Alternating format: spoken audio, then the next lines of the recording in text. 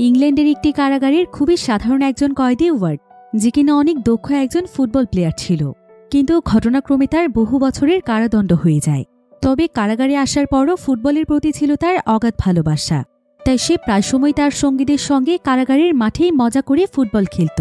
কিন্তু হঠাৎ করে একদিন সেই কারাগারে প্রোডাক্ট ডেলিভারি করতে আসে একটি ফুটবল টিমের কোচ, আর সেদিনই ওয়ার্ডের খেলা তার নজরে পড়ে যায়। এরপর থেকেই তার জীবনে শুরু হয়ে যায় সাধারণ একজন কয়েদি থেকে বিশ্বসেরা ফুটবল প্লেয়ার হওয়ার যুদ্ধ। তবে শেষ পর্যন্ত তার সঙ্গে কি ঘটেছিল? সে কি তার স্বপ্ন পূরণ করে বিশ্বসেরা খেলোয়াড় হতে পেরেছিল, নাকি সেই কারাগারের চার দেয়ালের মাঝে আবদ্ধ হয়ে গিয়েছিল তার স্বপ্ন? সেটাই আমরা দেখব আজকের এই মুভিটির গল্পে। তাহলে চলুন ঘুরে আসা যাক সাধারণ একজন কয়েদি থেকে বিশ্বসেরা ফুটবলার হওয়ার গল্প থেকে। তো গল্পটি শুরু হয় ইংল্যান্ডের একটি শহরে। সময়টা ছিল 1944 সাল। এ সময় সমস্ত দেশগুলোতে দ্বিতীয় বিশ্বযুদ্ধ চলছিল। তো এখানে আমরা একটি পার্টি দেখতে পাই, আর এই পার্টিতে প্রত্যেকটি মানুষই অনেক বেশি এনজয় করছিল। তাদের মাঝে মিগ্রেট নামক একটি মেয়ে ছিল, কিন্তু ঠিক তখনই সেখানে সাইরেন বেজে ওঠে। সেখানকার সমস্ত লাইটসগুলো অফ হয়ে সেখানে অন্ধকার হয়ে যায়, এবং সঙ্গে সঙ্গেই মানুষের মধ্যে হট্টগোল শুরু হয়ে যায়। সবাই নিজেদের জীবন বাঁচানোর জন্য পালিয়ে যেতে থাকে। আসলে এখন যেহেতু দ্বিতীয় বিশ্বযুদ্ধ চলছিল, তাই জার্মান সোলজাররা এখন ইংল্যান্ডের উপর হামলা করছিল। তারা বিভিন্ন জায়গাতে বোম ছুড়ে মারছিল। এবার আমরা কয়েকজন জার্মান সোলজারদেরকে দেখতে পাই। সময়টা ছিল 1945 সাল, অর্থাৎ এখন দ্বিতীয় বিশ্বযুদ্ধের শেষ বছর চলছিল। তো এই সোলজারদের মধ্যেই আমরা ওয়ার্ড নামক একজন সোলজারকে দেখতে পাই। তারা যুদ্ধের জন্য ইংল্যান্ডের সোলজারদের সঙ্গে লড়ছিল, কিন্তু ঠিক তখনই সেখানে বোম বিস্ফোরিত হয়। ফলে সেখানে থাকা প্রায় সমস্ত জার্মান সোলজাররা মারা যায়। আর সেখানে যেই সোলজাররা অবশিষ্ট থাকে তাদেরকে অ্যারেস্ট করে ইংল্যান্ডের একটি কারাগারে নিয়ে আসা হয়। আর এই কারাগারের কয়েদিদের মধ্যে ওয়ার্ডও ছিল। তো ইংল্যান্ডের অফিসাররা এখানে জার্মান কয়েদিদের সবাইকে উদ্দেশ্য করে বলে, তোমাদের হামলার জন্য আমাদের যে ক্ষয়ক্ষতি হয়েছে সেটার ক্ষতিপূরণের জন্য তোমাদেরকে এখন আমাদের কথা মতো চলতে হবে। তোমাদের ক্যাম্পে সহ আমরা যখন যেখানে বলবো সেখানেই কাজ করতে হবে। আর যদি ভুল করেও কেউ তাদের কথা অমান্য করে তাহলে তাকে কঠিন শাস্তি পেতে হবে। তো কারাগারের প্রথম দিনে ওয়ার্ডের সঙ্গে একজন নাজি সোলজারের দেখা হয়। সেই সোলজার তখন ওয়ার্ডকে জানায় যে কারাগারে জার্মানি কয়েদিদের কোনো মূল্য নেই, এখানে নাজি শাসন চলে, অর্থাৎ নাজিয়ানরা যেটা চায় সেটাই এখানে হয়। তবে এসব কথায় ওয়ার্ডের কিছুই যায় আসে না। এবার পরের দিন একজন অফিসার ওয়ার্ডকে তার অফিসে ডাকে। এই অফিসারের নাম হচ্ছে স্মিথ।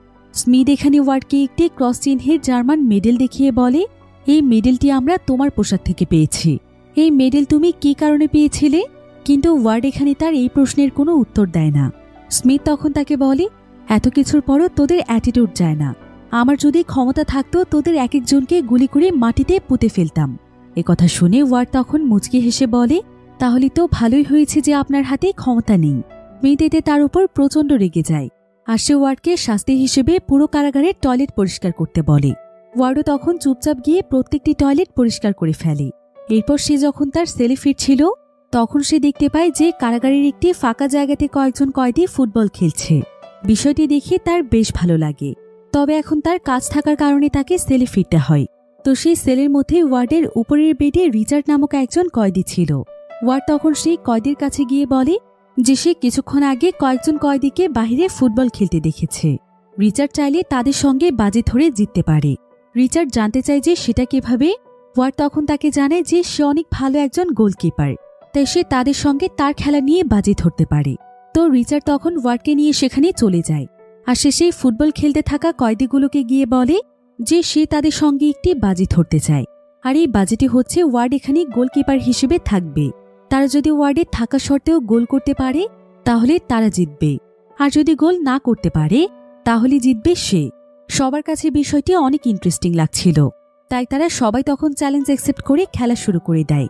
অন্যদিকে এমন সময় কারাগারে মিগ্রেট নামক সেই মেয়েটি চলে আসছে, যাকে আমরা মুভির শুরুতে পার্টিতে দেখেছিলাম। সে তার বাবার সঙ্গে কারাগারে কিছু জিনিসপত্র ডেলিভারি করতে এসেছে। তো মিগ্রেটের বাবার নাম ছিল জ্যাক। জ্যাক এখানে মালামাল ডেলিভারি দেওয়ার সময় তার নজর পড়ে যায় ওয়ার্ডের দিকে। অন্যদিকে মিগ্রেটও দূর থেকে কয়েদিদের খেলা দেখছিল। প্রত্যেকটি কয়েদি এখানে গোল করার চেষ্টা করছিল, কিন্তু এক এক করে ওয়ার্ড সবার গোল আটকে ফেলে। এখানকার যেই খেলোয়াড় যত বেশি দক্ষ হোক না কেন, তারা কেউই ওয়ার্ডের চোখকে ফাঁকি দিয়ে গোল করতে পারছিল না। যেটা দেখে সঙ্গে সঙ্গে মিগ্রেট সেখানে আসে, আর সেও এখানে গোল করার চেষ্টা করে, কিন্তু এটা দেখে তাড়াতাড়ি করে সেখানে জ্যাক এবং স্মিথ চলে আসে। স্মিথ সমস্ত কয়েদির উপর প্রচণ্ড রেগে যায়, আর সে ওয়ার্ডের কাছ থেকে বল ছিনিয়ে নিয়ে সমস্ত কয়েদিদেরকে তাদের কাজ করতে যেতে বলে। এদিকে জ্যাকও তার মেয়ে মিগ্রেটের উপর প্রচণ্ড রেগে গিয়েছিল, আর সে মিগ্রেটকে জার্মান কয়েদিদের কাছ থেকে দূরে থাকতে বলছিল। এবার কিছুদিন পর একদিন রাতের বেলা স্মিথ সমস্ত কয়েদিদেরকে বাহিরে ডাকে। এরপর সে সবাইকে খুশি হয়ে জানায় যে ইংল্যান্ড এবং জার্মানির যুদ্ধ শেষ হয়েছে, জার্মান ইংল্যান্ডের কাছে আত্মসমর্পণ করেছে, তাই বলে তারা তাদেরকে এখনই ছাড়ছে না, তাদের সবাইকে তাদের প্রাপ্য শাস্তি পেতে হবে। এবার কিছুদিন পর জ্যাক একটি ফুটবল টিমের খেলা দেখছিল, আর এই ফুটবল টিমটি মূলত তারই ছিল। সে তার টিমের খেলা দেখানোর জন্য একজন স্পন্সরকেও তার সঙ্গে করে নিয়ে এসেছে, কিন্তু এই টিমের গোলকিপারের পারফরমেন্স ছিল খুবই বাজে। তার নাম হচ্ছে আলফ্রেডো। আলফ্রেডো এখানে একটি গোলও আটকাতে পারছিল না, আর স্পন্সর টিমের এমন খেলা দেখে সেখান থেকে রাগ করে চলে যায়। এদিকে আমরা এই ফুটবল টিমের ক্যাপ্টেন বিলকে দেখতে পাই। বিল এবং জ্যাকের মেয়ে মাইগ্রেট একে অপরকে ভালোবাসত, আর মাইগ্রেটের সাথে এখানে আলফ্রেডোর গার্লফ্রেন্ডও ছিল, যার নাম ছিল জেস্টি। এবার সেদিন সন্ধ্যাবেলায় মিগ্রেট একটি পার্টি করতে আসে, আর তার বাবা তাকে ড্রপ করতে এসেছিল। তবে পরের দিন আবার তাদের টিমের একটি ম্যাচ রয়েছে, তাই জ্যাক চাইছিল মিগ্রেট এবং তার টিমের সবাই যেন আজকে রাতে বিশ্রাম নেয়, কারণ মিগ্রেট তাদের পুরো ফুটবল টিম নিয়েই পার্টি করতে এসেছে। কিন্তু তারপরও মিগ্রেট পার্টি করতে চলে যায়, আর ঠিক এমন সময় জ্যাকের কাছে তার অনেক পুরনো একজন বন্ধু আসে, যে কিনা ভেড়া বিক্রি করত। তো সে এখানে জ্যাকের কাছেও ভেড়া বিক্রি করতে চাইছিল, কিন্তু জ্যাক তখন তাকে বলে, তুমি তো তোমার ভেড়ার অনেক দাম চাও, এত দাম দিয়ে আমি তোমার কাছ থেকে কোনো কিছুই কিনতে পারবো না। এই বলি জ্যাক তাকে ভেড়ার খুবই কম মূল্য বলে। এতে সেই লোকটি প্রচণ্ড রেগে যায়, আর সে জ্যাককে বলে, ঠিক আছে, তুমি আমার ভেড়ার যেই কম দাম বলেছ সেই দামে আমি তোমাকে ভেড়া দেব, যদি কাল তোমার ওই জোকার ফুটবল টিম ম্যাচ জিততে পারে, আর যদি তারা হেরে যায় তাহলে তোমাকে আমার বলা দামেই ভেড়া কিনতে হবে। এই বলে সেই লোকটি সেখান থেকে চলে যায়। জ্যাক তখন দৌড়ে সেই পার্টির মধ্যে চলে আসে, যেখানে তার পুরো ফুটবল টিম পার্টিতে ব্যস্ত ছিল। সে তখন তার টিমের সবাইকে বাড়িতে গিয়ে বিশ্রাম নিতে বলে, এবং বলে যে কাল তাদেরকে অনেক ভালো পারফর্ম করতে হবে। সবাই এতে বাধ্য হয়ে সেখান থেকে চলে যায়, কিন্তু জ্যাকের গোলকিপার আলফ্রেডো তার কোনো কথাই শুনতে চাইছিল না। তাই আলফ্রেডোর সঙ্গে সেখানে জ্যাকের ঝগড়া শুরু হয়ে যায়। তাই মিগ্রেট তখন তাড়াতাড়ি করে তার বাবাকে সেখান থেকে নিয়ে যায়। এবার পরের দিন অনেক চিন্তা ভাবনা করে কারাগারে জ্যাক আসে। জ্যাক স্মিথের সঙ্গে ওয়াটের ব্যাপারে কথা বলছিল, কারণ তার টিমে এখন কোনো গোলকিপার ছিল না। তাই সে স্মিথের সঙ্গে কথা বলে ওয়াটকে তার সঙ্গে করে নিয়ে আসে। তবে গাড়িতে বসে সে ওয়াটকে বলে, তোমরা জার্মানরা হচ্ছ আমাদের শত্রু, তাই আমার ভালো আচরণে ভুল করেও আমাকে বন্ধু ভেবে বসো না। আমি তোমাকে আমার সঙ্গে করে নিয়ে এসেছি এ কারণেই, কারণ এখন তোমাকে আমি যা বলবো তাই করতে হবে। এরপর জ্যাক তাকে একটি জায়গাতে এনে নেমে যাওয়ার পর সে ওয়াটকে সাবধান করে দেয়।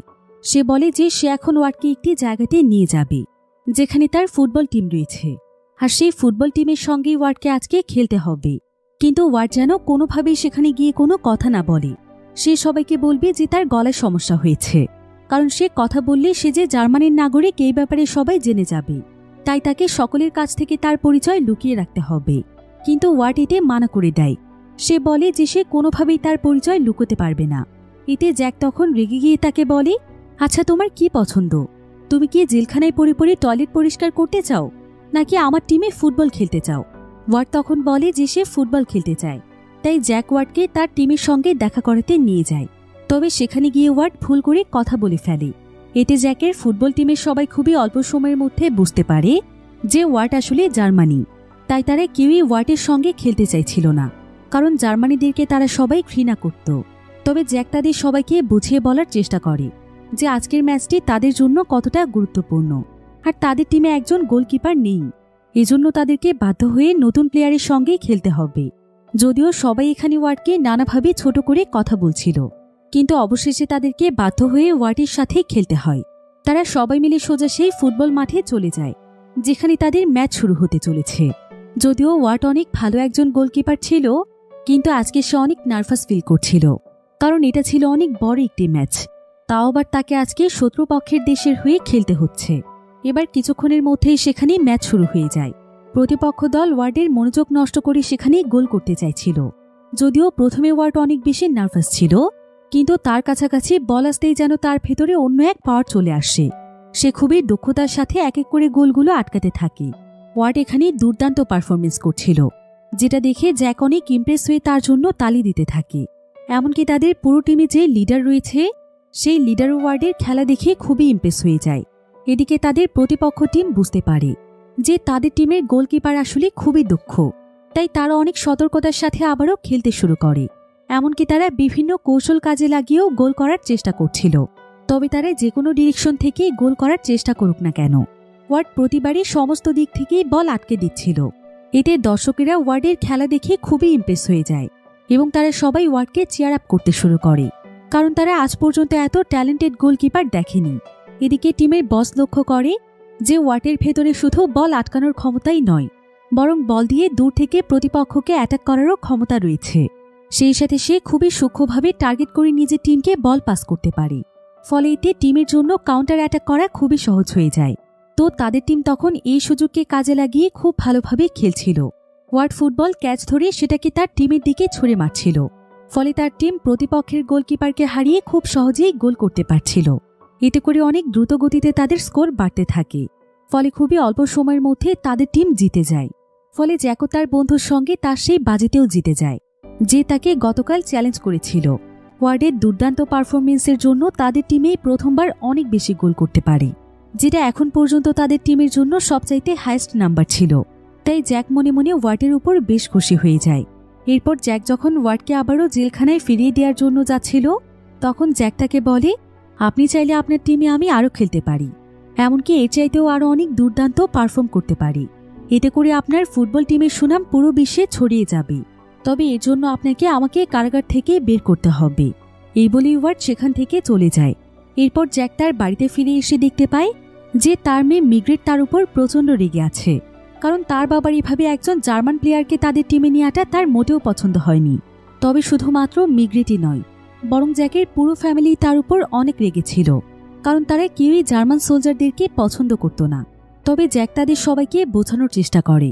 সে বলে যে সমস্ত জার্মান সোলজাররা এক নয়। তাছাড়া ওয়ার্ড আজকে তার টিমের জন্য অনেক ভালো পারফরমেন্স করেছে।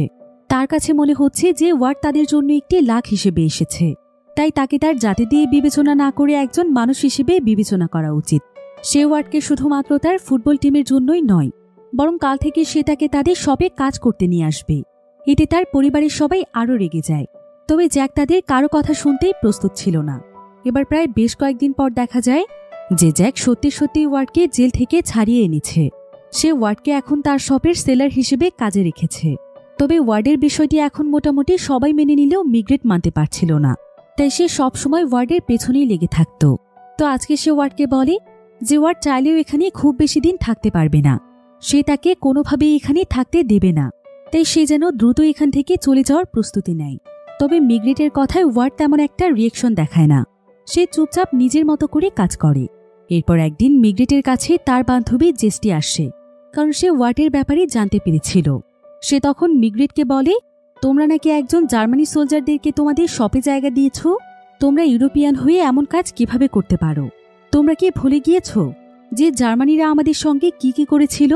এসব বলে জেস্টি মিগ্রেটকে ওয়ার্ডের বিরুদ্ধে উস্কানি দিচ্ছিল, যাতে করে ওয়ার্ড তাড়াতাড়ি এখান থেকে চলে যায়, কারণ এখন তার বয়ফ্রেন্ড আলফ্রেডোর জায়গা ওয়ার্ড নিয়ে নিয়েছে। তো জেস্টির কথা শুনে মিগ্রেট ওয়ার্ডের উপর আরও রেগে যায়, আর সে প্রত্যেকটি মুহূর্তে তার উপর নজর রাখতে শুরু করে। এদিকে ওয়ার্ডের সঙ্গে মিগ্রেটের ছোট বোনের খুব ভালো বন্ধুত্ব হয়ে যায়। তারা দুজন প্রায় সবসময় গল্প করত। কিন্তু মিগ্রেট যখন এটা দেখে, তখন সে এবার ওয়ার্ডের উপর খুবই সিরিয়াসভাবে রেগে যায়। আর সে তখন ওয়ার্ডের কাছে এসে বলে, তুমি আমার অথবা আমার পরিবারের কারো কাছে আসার চেষ্টা করো না। আমার বাবা তোমাকে আমাদের বাড়িতে আশ্রয় দিয়েছে বলে এটা ভেবো না যে আমরা সবাই তোমাকে ক্ষমা করে দিয়েছি, তোমাকে আমাদের বন্ধু বানিয়ে নিয়েছি। তোমরা আমাদের উপর যেই জুলুম এবং অত্যাচার করেছ সেটা আমরা কখনোই ভুলব না। তোমরা আমাদের কাছ থেকে আমাদের তারুণ্য ছিনিয়ে নিয়েছ, আমাদের অনেক কাছের মানুষকে হত্যা করেছ। যখন আমার পৃথিবীর সমস্ত বাচ্চাদের মতো হেসে খেলে বেড়ানোর কথা ছিল, তখন তোমাদের জন্যই আমরা প্রতিনিয়ত মৃত্যুর আতঙ্কে থাকতাম। তোমরা আমার কাছ থেকে আমার অনেক কাছের বন্ধুদেরকেও ছিনিয়ে নিয়েছ। একটা সময় ছিল যখন তোমরা আমাদের কাছ থেকে আমাদের হাসি কেড়ে নিয়েছিলে। কোনো জায়গায় গেলে সবসময় প্রার্থনা করতে হয়েছে যে আমরা বাড়িতে ঠিকমতো পৌঁছতে পারবো কিনা, আর এখন তুমি আমাদের সঙ্গে বন্ধুত্ব করতে এসেছ। কিন্তু ওয়ার্ড তখন তাকে বলে, আমি যদি এখন তোমাকে বলি যে তুমি যেই কথাগুলো বললে সেগুলো আমাদের সঙ্গেও তোমরা করেছ, তাহলে সেটা কি তুমি বিশ্বাস করবে? তোমরাও আমার কাছ থেকে আমার অনেক আপন মানুষকে ছিনিয়ে নিয়েছ, আমার অনেক পরিবারের সদস্যদেরকেও হত্যা করেছ। কই, তারপরও তো আমি তোমাদের উপর কোনো অভিযোগ করিনি, কারণ এতে আমার এবং তোমাদের কারো কোনোই দোষ ছিল না। দোষ হচ্ছে আমাদের পৃথিবীর বিশেষ কিছু মানুষের, যাদের জন্য পুরো বিশ্বের যুদ্ধ লেগেছিল, এবং এই যুদ্ধের বলিদান দিতে হয়েছিল আমাদের মতো সাধারণ মানুষদেরকে, যেটার ভুক্তভোগী শুধুমাত্র তোমরা নও, বরং আমরাও। কারণ যুদ্ধ কখনোই কোনো দেশের জন্য শান্তি বয়ে আনে না। ওয়ার্ডের এসব কথা শুনে মিগ্রেট আর সেখানে কিছুই বলতে পারে না। সে বুঝতে পারে যে ওয়ার্ড ঠিকই বলেছে। এদিকে ওয়ার্ড সেখান থেকে মন খারাপ করে একটি স্টোর রুমে চলে আসে। তার আসলে মিগ্রেটের কথা শুনে বেশ খারাপ লেগেছিল, কারণ সে বুঝতে পেরেছিল যে এই যুদ্ধের কারণে মিগ্রেট তার লাইফ থেকে অনেক কিছুই হারিয়েছে। তাই সে জার্মান বলে তার উপর তার এত বেশি ক্ষোভ। এরপর ঠিক এমন সময় ওয়ার্ড সেখানে অনেক পুরনো একটি ফুটবল দেখতে পায়। সে তখন সেই ফুটবলটি নিয়ে বাহিরে এসে প্র্যাকটিস করতে থাকে। ওয়ার্ড সারাদিন জ্যাকের নানা ধরনের কাজ করে দিত, আর যখনই সে একটু ফ্রি হতো তখনই সে ফুটবল খেলে সময় কাটাত। পাশাপাশি সে মিগ্রেটের বোনকে হাঁটা শেখাত, কারণ সে হাঁটতে পারত না। ওয়ার্ড খুবই পরিশ্রমী ছিল, আর তার সঙ্গে যে যতই খারাপ ব্যবহার করুক না কেন, সে সবার সাথেই অনেক ভালো আচরণ করত এবং সবাইকে সাহায্য করার চেষ্টা করত। এসব দেখে আস্তে আস্তে ওয়ার্ডের প্রতি মিগ্রেটের ধারণা বদলে যেতে শুরু করে। মিগ্রেটদের শপে আবার মিগ্রেটের বেশ কিছু পোষা পাখি ছিল, যাদেরকে মিগ্রেট খুবই ভালোবাসত। তো একদিন ভুলবশত একটি পাখি খাঁচা থেকে বেরিয়ে যায়। মিগ্রেট অনেক চেষ্টা করেও পাখিটিকে ধরতে পারছিল না। তবে এমন সময় ওয়ার্ড এটা লক্ষ্য করে দ্রুত সেখানে চলে আসে, আর সে খুব সহজেই মিগ্রেটকে পাখিটি ধরে দেয়। মিগ্রেট এতে তার উপর অনেক খুশি হয়। এরপর দেখা যায় যে আস্তে আস্তে মিগ্রেট ওয়ার্ডকে তার বন্ধু ভাবতে শুরু করেছে। সে প্রায় সময় লুকিয়ে লুকিয়ে ওয়ার্ডকে দেখত, আর ভাবত যে সে ওয়ার্ডকে যতটা খারাপ ভেবেছে ওয়ার্ড তেমন নয়। তো এভাবেই এখানে ওয়ার্ডের দিন বেশ ভালোই কাটছিল।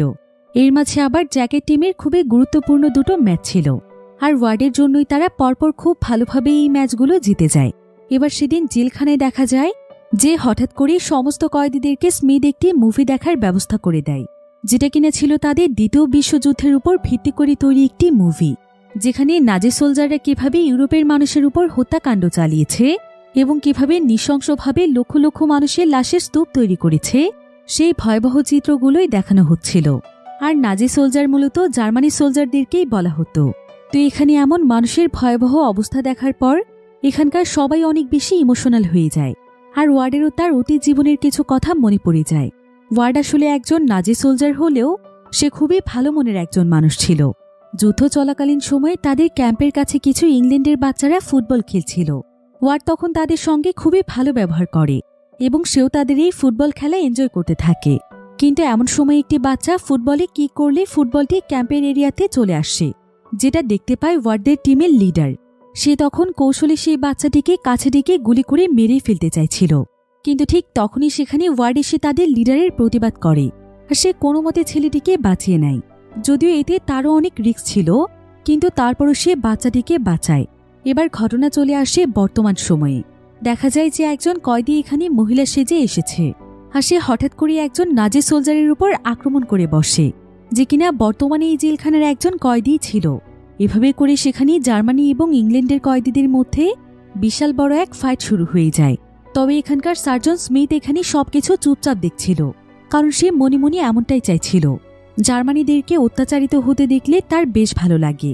এবার পরের দিন সকালে দেখা যায় যে যেই সোলজারকে গতকাল মারা হয়েছিল সেই সোলজার লজ্জায় সেখানে নিজেই নিজেকে শেষ করে দিয়েছে, যেটা দেখে ওয়ার্ডের বেশ খারাপ লাগে। ওয়ার্ড তখন দৌড়ে চলে যায় স্মিথের কাছে। সে স্মিথকে চিৎকার করে প্রচণ্ড গালাগাল দিতে থাকে, কারণ সে এটা খুব ভালোভাবেই বুঝতে পেরেছিল যে নাজি সোলজারদেরকে ট্র্যাপে ফেলানোর জন্য স্মিথ ইচ্ছে করে সবাইকে গতকাল সেই মুভিটি দেখিয়েছে। তাই ওয়ার্ড স্মিথকেই সেই কয়েদের মৃত্যুর জন্য দায়ী করছিল এবং বলছিল যে তার লজ্জা হওয়া উচিত। যুদ্ধ তো অনেকদিন আগেই শেষ হয়ে গিয়েছে, আর এই যুদ্ধে তাদের দুটো দেশের মানুষকেই অনেক কষ্ট করতে হয়েছে। কিন্তু যদি তারা মন থেকে কখনো ভালো মানুষ হতে না পারে, তাহলে মানুষের মাঝের এই যুদ্ধ কখনোই শেষ হবার নয়। এবার ওয়ার্ডকে সেখান থেকে কয়েকজন পুলিশ অফিসার জোর করে টেনে নিয়ে যায়। এদিকে স্মিথ দেখতে পায় যে ওয়ার্ডের কাছ থেকে একটি লকেটের মতো জিনিস নিচে পড়েছে। সে তখন এটা হাতে নিয়ে দেখতে পায় যে এটা অকুপেড এরিয়ার সিম্বল, অর্থাৎ যুদ্ধের সময় জার্মান ইউরোপের যে সমস্ত জায়গাগুলো দখল করে নিয়েছিল সেই দখলকৃত মানুষদের সিম্বল ছিল এটা। এতে করে স্মিথের মনে কিছুটা অনুশোচনা বোধ হয়। সে চিন্তা করে যে জার্মানিরাও ইংল্যান্ডের অনেক অত্যাচার সহ্য করেছিল। অন্যদিকে এই ঘটনার পর ওয়ার্ড অনেক বেশি মন খারাপ করে থাকত, কারণ ইউরোপীয়দের বিভিন্ন ধরনের কথার কারণে তার নিজেকে অনেক ছোট মনে হতো। তাই মিগ্রেট তখন নানাভাবে তার মন ভালো করার চেষ্টা করত এবং তার সঙ্গে সে প্রায় সময়ই গল্প করত। তো একদিন এভাবে মিগ্রেট ওয়ার্ডকে বলে যে ডান্স তার অনেক পছন্দ, আর এ কারণেই মূলত সে পার্টি করতে পছন্দ করে, কারণ সেখানে গিয়ে ডান্স করলে সে অতীতের সমস্ত কষ্ট ভুলে থাকতে পারে। মুহূর্তের মধ্যেই যেন তার জীবনে সমস্ত আনন্দ চলে আসে। ডান্স তাকে বেঁচে থাকার অনুপ্রেরণা দেয়। এসব শুনে ওয়ার্ড তখন মিগ্রেটকে বলে, তুমি জানো, আমার কাছে ফুটবল খেলাও অনেকটা ডান্সের মতোই। আমি যখন ফুটবল খেলি তখন আমিও আমার সমস্ত কষ্ট ভুলে যাই। ফুটবল আমার কাছে অনেক বড় একটি স্বপ্ন, তাই তোমার বাবার প্রতি আমি অনেক কৃতজ্ঞ। তারা দুজন মিলে এসব ব্যাপারে কথাই বলছিল, কিন্তু ঠিক তখনই সেখানে বিল চলে আসে, যে কিনা ছিল মিগ্রেটদের ফুটবল টিমের ক্যাপ্টেন। তো মিগ্রেটের এভাবে ওয়ার্ডের সঙ্গে এত কথা বলাটা তার পছন্দ হচ্ছিল না। তাই মিগ্রেট সেখান থেকে চলে গেলে সে ওয়ার্ডের কাছে এসে বলে, মিগ্রেট শুধুমাত্র আমার, তাই দ্বিতীয়বার তোমাকে যেন মিগ্রেটের আশেপাশে না দেখি। যদি মিগ্রেটের সঙ্গে তুমি মেশার চেষ্টা করো তাহলে তোমাকে পস্তাতে হবে। তবে ওয়ার্ড তার এই কথার আর কোনো উত্তর দেয় না। এবার পরের দিন তাদের একটি ফুটবল ম্যাচ ছিল। সেই ম্যাচে ওয়ার্ড যখন ফুটবলটিকে ধরতে পারে তখন সে ফুটবলটি পাস না করে সেখানে থেমে যায়, আর সে সেই ফুটবলটি দিয়ে বিভিন্ন ডান্সের স্টেপ দেখাতে থাকে। তবে কেউই বুঝতে পারছিল না যে ওয়ার্ড এসব কি করছে। এমনকি মিগ্রেটের বয়ফ্রেন্ড বিলও এখানে কনফিউজড হয়ে যায়।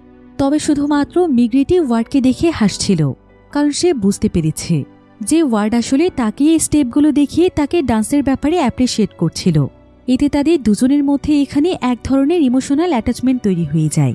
এবার পরের দিন অনেক খুশি মনে মিগ্রেটের কাছে জেস্টি আসে। জেস্টি তখন মিগ্রেটকে বলে যে যুদ্ধ এখন পুরোপুরিভাবে শেষ হয়ে গিয়েছে, তাই কারাগারে যে সমস্ত জার্মান সোলজাররা রয়েছে তাদের সবাইকে ইংল্যান্ড থেকে জার্মানি পাঠিয়ে দেয়া হবে। জেস্টি আসলে এখানে এই কারণেই খুশি হচ্ছিল যে ওয়ার্ডও তো একজন জার্মান সোলজার, তাই সে এখান থেকে চলে গেলে তার বয়ফ্রেন্ড আলফ্রেডো আবার নিজের জায়গা ফিরে পাবে।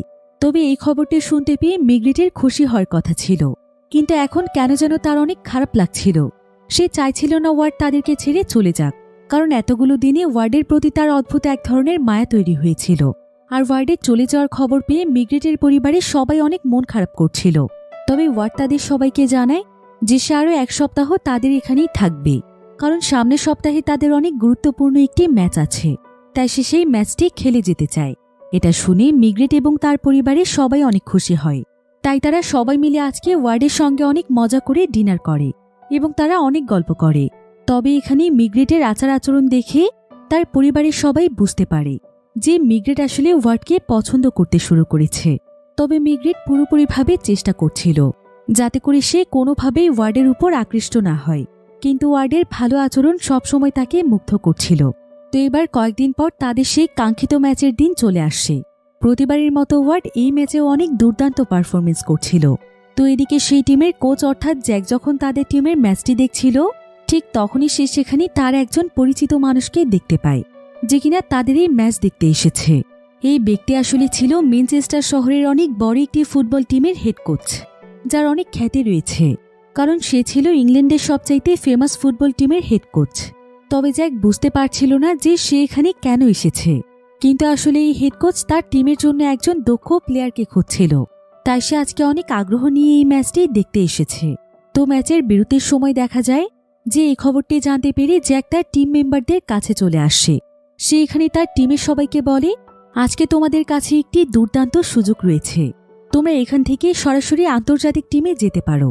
আজকে তোমাদের খেলা দেখার জন্য ম্যানচেস্টার শহরের হেড কোচ এসেছে, তাই যদি তোমরা তোমাদের দক্ষতা দিয়ে তার নজরে আসতে পারো তাহলে মনে করতে পারো যে তোমাদের ভাগ্য বদলে গিয়েছে, কারণ যে প্লেয়ার তার আন্ডারে খেলতে পারে সে খুব অল্প সময়ের মধ্যে পুরো ওয়ার্ল্ডে খ্যাতি পেয়ে যায়।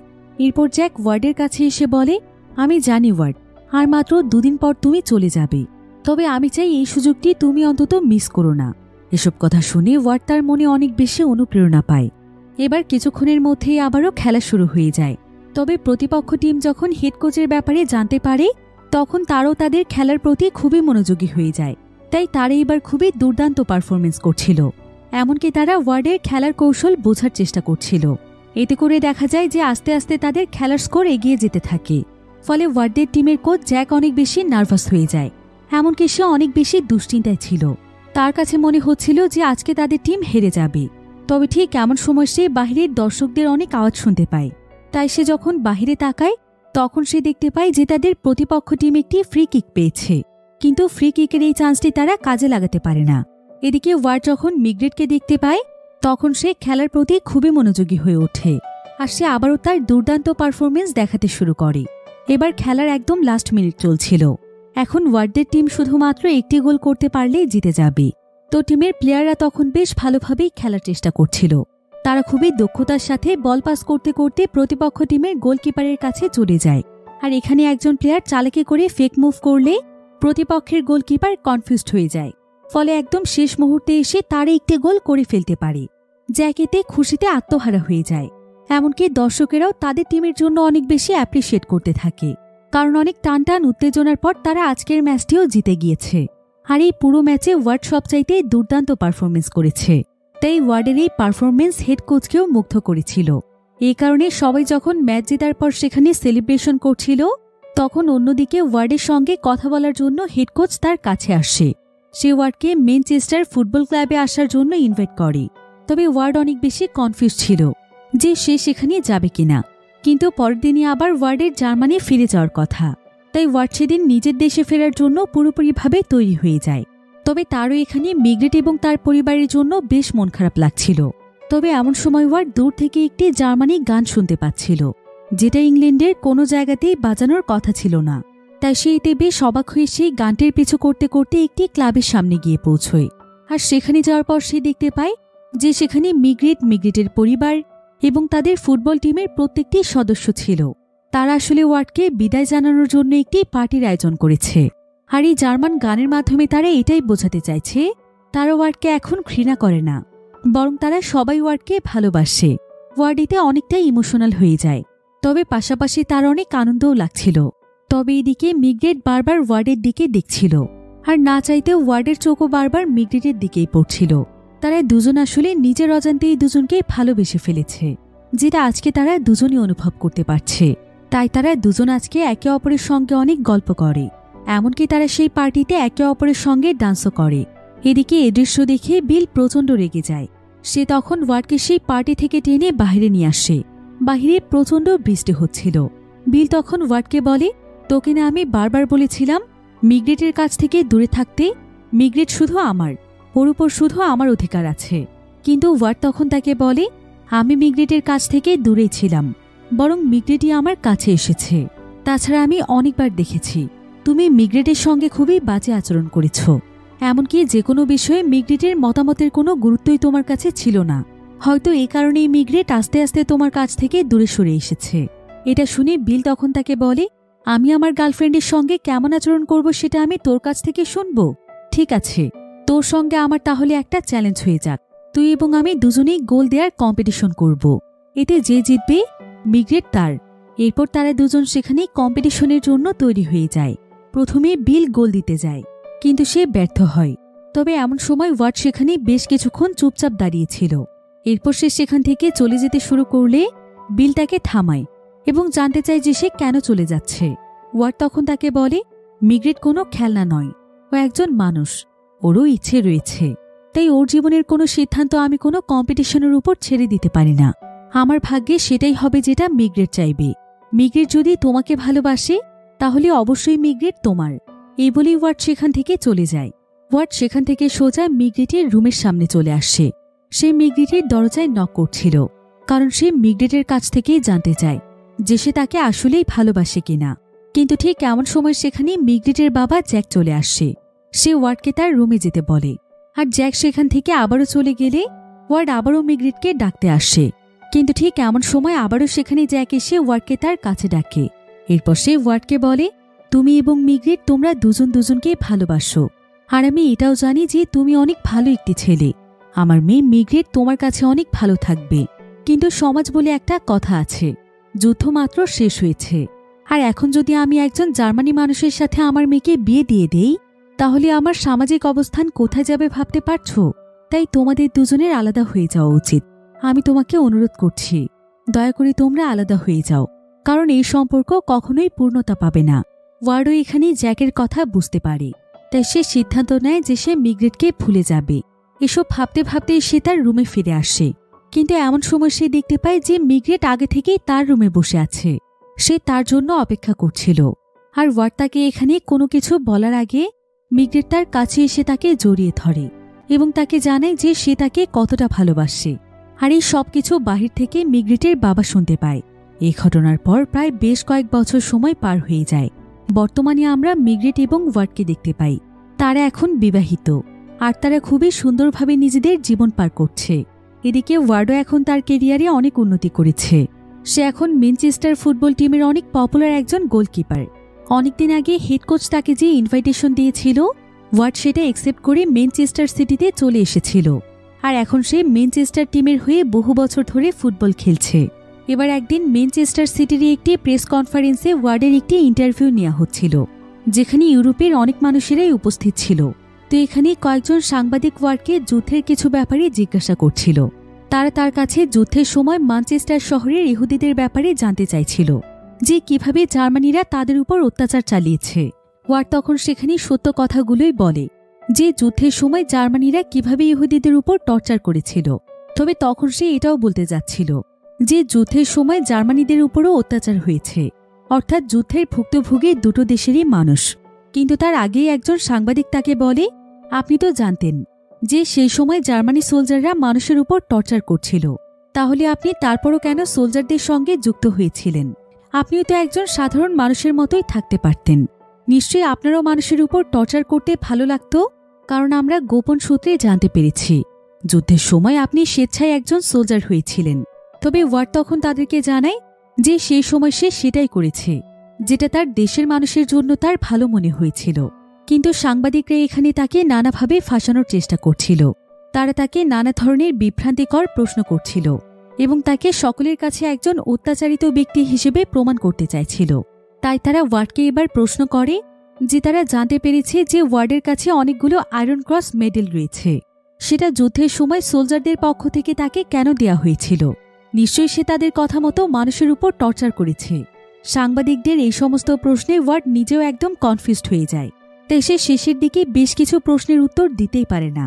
এতে করে সবাই মনে করে যে তাহলে ওয়ার্ডও যুদ্ধের সময় ইংল্যান্ডের মানুষের উপর টর্চার করেছিল। আর এই নিউজটি তখন সমস্ত জায়গাতে ছড়িয়ে যায়। ম্যানচেস্টার শহর বা ইংল্যান্ড, এমনকি পুরো বিশ্বে ওয়ার্ডের এই নিউজটি ছড়িয়ে যায় যে যুদ্ধের সময় ওয়ার্ড একজন অত্যাচারী মানুষ ছিল, আর সে এখন পুরো বিশ্বের কাছে ভালো সেজে আছে। এটা আসলে কিছু মানুষ এই কারণেই করেছিল, যাতে করে তার খ্যাতি নষ্ট হয়ে যায়, আর তারা তাদের এই কাজে সফল হয়ে যায়। এমনকি ওয়ার্ডকে মিগ্রেটও ভুল বোঝে। সেও ভাবতে থাকে যে ওয়ার্ড আসলে কোনো ভালো মানুষ নয়। তবে ওয়ার্ড তাকে বারবার বোঝানোর চেষ্টা করে যে সে এমন কিছুই করেনি। অন্যদিকে ওয়ার্ডকে নিয়ে পুরো ইউরোপে একদম তোলপাড় শুরু হয়ে যায়। সাধারণ জনগণ ওয়ার্ডের বিরুদ্ধে রাস্তায় নেমে আন্দোলন করতে শুরু করে। সবাই ওয়ার্ডকে শাস্তি দিয়ে তার দেশে পাঠিয়ে দিতে বলে এবং তাকে খেলা থেকেও সরিয়ে দেওয়ার দাবি জানায়। এর কয়েকদিন পর ওয়ার্ডের অনেক গুরুত্বপূর্ণ একটি ম্যাচ ছিল। তো ওয়ার্ড যখন তার পুরো টিম নিয়ে মাঠে খেলতে নামে, তখন দর্শক সারি থেকে বেশিরভাগ দর্শকই তাকে গালাগাল দিচ্ছিল। এমনকি তার বিরুদ্ধে সবাই মিলে সেখানে স্লোগান দিচ্ছিল। কিন্তু তারপরও ওয়ার্ড হাল ছেড়ে দেয় না, কারণ সে জানে যে সত্যের জয় একদিন হবেই। তবে অনবরত দর্শকদের এমন গালাগালের কারণে ওয়ার্ড অনেক বেশি নার্ভাস হয়ে যায়, যার ফলে সেদিনের ম্যাচে একদমই ভালো খেলতে পারছিল না। ফলে সেদিন তাদের টিম অনেক বাজেভাবে হেরে যায়। আর সেদিন ম্যাচ শেষে ফিরে আসার সময় ওয়ার্ডকে সেখানে অনেক মানুষ মারধর করে। এমনকি ম্যানচেস্টার ফুটবল টিমে ওয়ার্ডকে নিয়ে একদম তোলপাড় শুরু হয়ে যায়। সবাই চাইছিল ওয়ার্ডকে টিম থেকে বের করে দেওয়া হোক।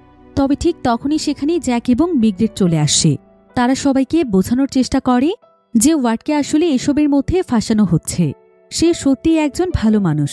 এতগুলো বছর সে কঠোর পরিশ্রম করে তাদের টিমকে এগিয়ে নিয়ে গিয়েছে, আর এখন পুরো বিশ্বে তাদের টিমের সুনাম অর্জনের পর ওয়ার্ডকে এভাবে বের করে দেওয়াটা কি উচিত হবে? এটা অনেক বড় অন্যায়। আর যুদ্ধের সময় সবাই চাইবে তার দেশকে সুরক্ষিত রাখতে। সবাই নিজেদের দেশের জন্যই লড়তে চাইবে। এটাই তো একজন আদর্শ মানুষের পরিচয়। তাই ওয়ার্ডকে আরও একবার সুযোগ দেয়া হোক।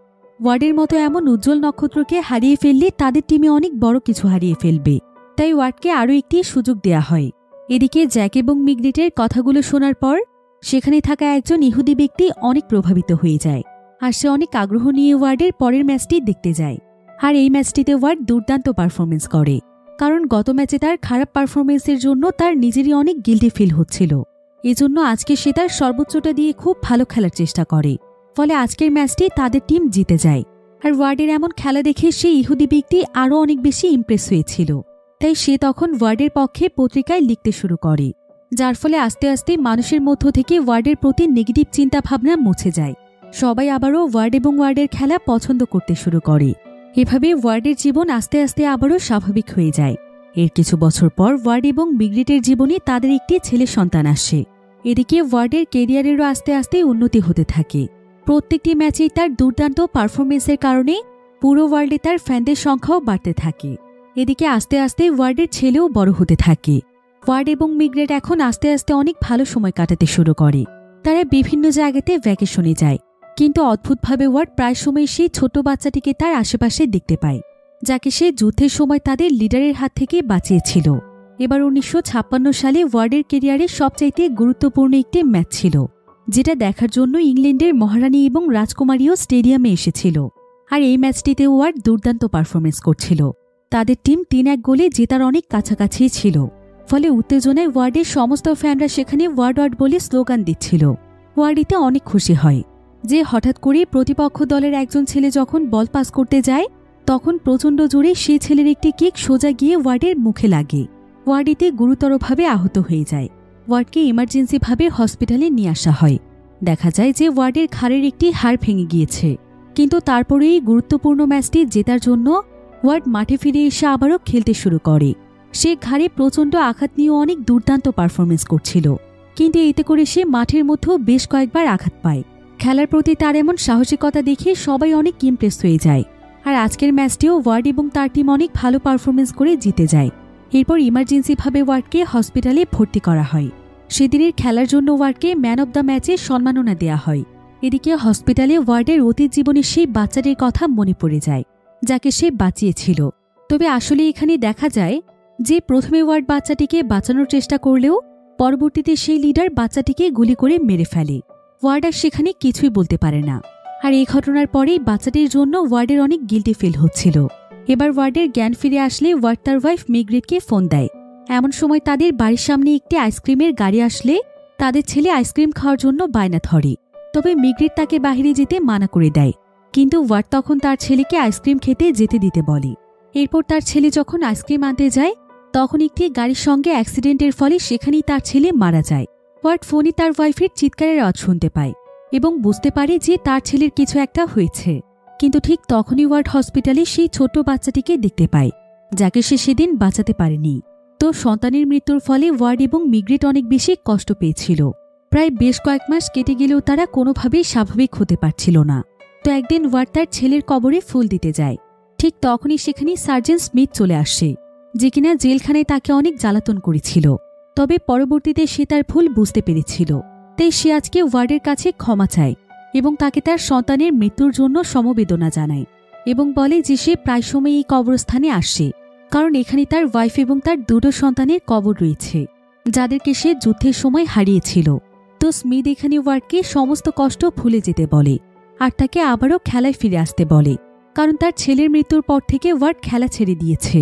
স্মিথ তাকে এই সমস্ত ব্যাপারে সান্ত্বনা দিচ্ছিল, কিন্তু ওয়ার্ড অনেক বেশি ডিপ্রেস থাকার কারণে সে স্মিথের উপর বিরক্ত হয়ে তার সঙ্গে ফাইট শুরু করে দেয়। এবার সেদিন ওয়ার্ড তার ওয়াইফ মিগ্রেটকে বলে যে তার জন্যই তাদের ছেলে মারা গিয়েছে। সে অতীতে যেই পাপ করেছিল এটা তারই শাস্তি। সে একটি ছোট বাচ্চাকে চেয়েও বাঁচাতে পারেনি, তাই সৃষ্টিকর্তা তার কাছ থেকে তার সন্তানকে আজ কেড়ে নিয়েছে। এসব শুনে মিগ্রেট তখন কাঁদতে কাঁদতে ওয়ার্ডকে বলে, আমাদের জীবনে কখন কার সঙ্গে কি ঘটে যাবে সেটা আমরা কেউ জানি না, তাই সবকিছুর জন্য নিজেকে দোষারোপ করা বন্ধ করো। আমরা চাইলেও আমাদের সন্তানকে ফিরে পাব না এবং আমরা তাকে ভুলতেও পারবো না। আর আমাদের তাকে ভুলে যাওয়ার কি দরকার, সেটা সারা জীবন আমরা আমাদের মনের মাঝে যত্ন করে রাখব এবং দুজন একে অপরের পাশে থেকে সামনের দিকে এগিয়ে যাব। মিগ্রেটের কথায় ওয়ার্ড তার মনে অনেকটাই শান্তি পায়। আর সেদিনই ওয়ার্ড তার ফুটবল টিমের কাছে আবারও ফিরে যায়। তাকে ফিরে পেয়ে সবাই অনেক খুশি হয়। এরপর ওয়ার্ড এবং তার টিম আবারও আগের মতো ফুটবল খেলা স্টার্ট করে দেয়। আর সেদিনের পর থেকে 1964 সাল পর্যন্ত ম্যানচেস্টার সিটির হয়ে 545টি ম্যাচ সে খেলে। ওয়ার্ড ছিল প্রথম বিদেশি প্লেয়ার যাকে ইংলিশ প্লেয়ার অব দ্য ইয়ারের জন্য সিলেক্ট করা হয়েছিল। তাকে ওয়ার্ডার অব দ্য ব্রিটিশ এম্পায়ারেরও সম্মাননা দেওয়া হয়েছিল। পরবর্তীতে ওয়ার্ড এবং মিগ্রেটের জীবনে আরও 2টো ছেলে সন্তান আসে। তারা তাদের জীবনের সমস্ত বাধা বিপত্তি পেরিয়ে সবসময় একে অপরের পাশে থেকে খুব সুন্দরভাবে জীবন কাটায়। আর পরবর্তীতে 1980 সালে ওয়ার্ডের মৃত্যু হয় এবং 2013 সালে মারা যায় মিগ্রেট। আর এখানেই এই সুন্দর গল্পটি শেষ হয়ে যায়। তো গল্পটি আপনাদের কাছে কেমন লেগেছে সেটা আমাকে কমেন্ট করে জানাতে ভুলবেন না। দেখা হবে পরবর্তী নতুন কোনো ভিডিওতে। সে পর্যন্ত সবাই ভালো থাকুন, সুস্থ থাকুন। আল্লাহ হাফেজ।